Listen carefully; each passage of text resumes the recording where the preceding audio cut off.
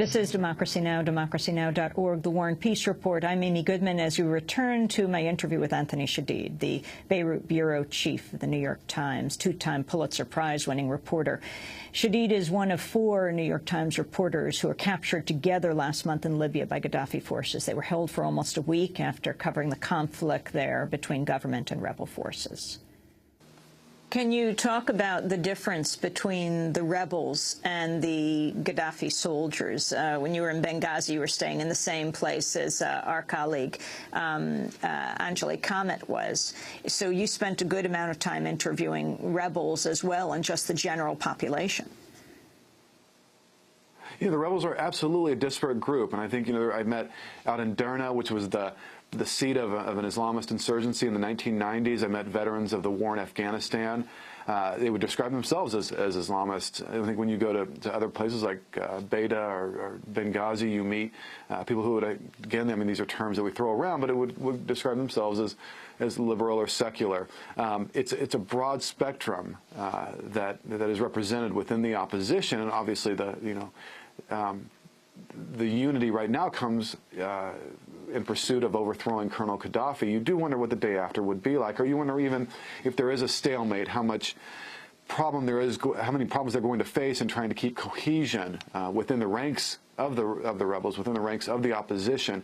One thing that struck me, though, Amy, is if you look at the other side, is how much we understood the rebels' motivations. I mean, it is that broad notion of bringing forth a government that's somehow accountable, that's somehow reflective of popular aspirations, that somehow tries to reckon with this legacy of 4 decades of at best bizarre rule. What struck me, though, in talking to this militia, or talking to the soldiers that had taken us captive, was that they also believed in what they were doing, and I was surprised by that. I guess I had heard so much of these speeches by Colonel Gaddafi, and they seemed so ludicrous, and they were ridiculed by people in Benghazi. But when you talk to these fighters with the militia, they very much believed they were fighting al-Qaeda, or militant Islamists, and I think more than a few of them also had trouble envisioning Libya without Colonel Gaddafi. In other words, he had been there for 42 years. They were all in their 20s. They had never seen a Libya without him. And the very prospect of Libya, continuing, I guess, without him in power seemed disturbing at some level to them. Anthony Shadid, can you talk about the moment of your release? What were you understanding at the time, you and your colleagues, and how it happened? We had been kept, and I have to say, once we arrived in Tripoli, we kind of just sprawled out in this, what we later learned was a headquarters for military intelligence. We just kind of sprawled out on the floor. We had been, the beating at on the tarmac in Sirte before we got on this military flight was pretty rough, and my colleague, even in Tripoli, my colleague Tyler got a pretty rough blow to the head with a gun. Once we got to this office of military intelligence, just kind of sprawled out on the floor. They gave us, of all things, milk and mango juice, and kind of got our wits back together. And even in that meeting right there, they promised us that we were going to be treated well from then on. And they held they met their promise. We were absolutely treated well from then on. We were fed well. The accommodations, it was a detention center, but it was actually quite pleasant. I think the only thing that was tough to deal with was the boredom in some ways, that we were trying to figure out what was going to happen to us. We had watched TV for a few minutes. We knew that we were still missing. But as soon as they saw our reaction to that, they cut the cable. So we didn't see TV after that, although we had heard that there was a debate over a no-fly zone. And we did worry about the implications of that. I think by the night before we were, I'd say 2 nights before we were released, we could hear the anti-aircraft fire.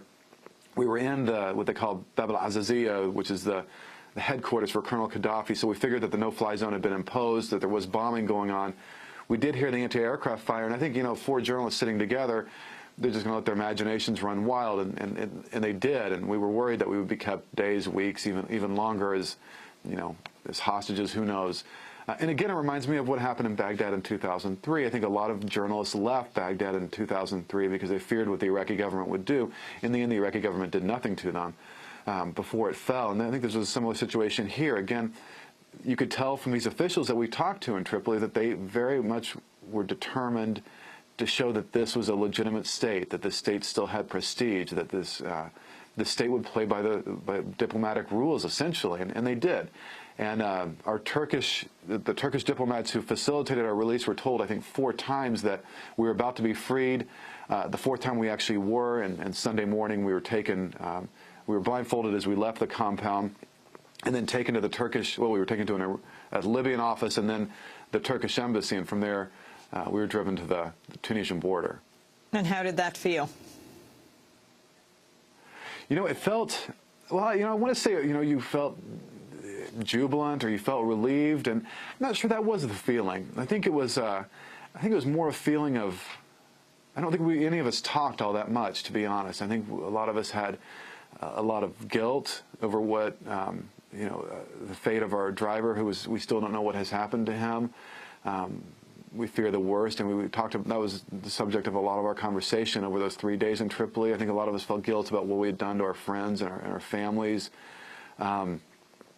You know, we didn't know that anyone was even, we figured the New York Times was going to be paying attention to our case, but we didn't know that there were going to be efforts beyond that. And I think as soon as we got to Tunisia, we realized how much people had tried to help, and I think there was a deep appreciation on all our parts.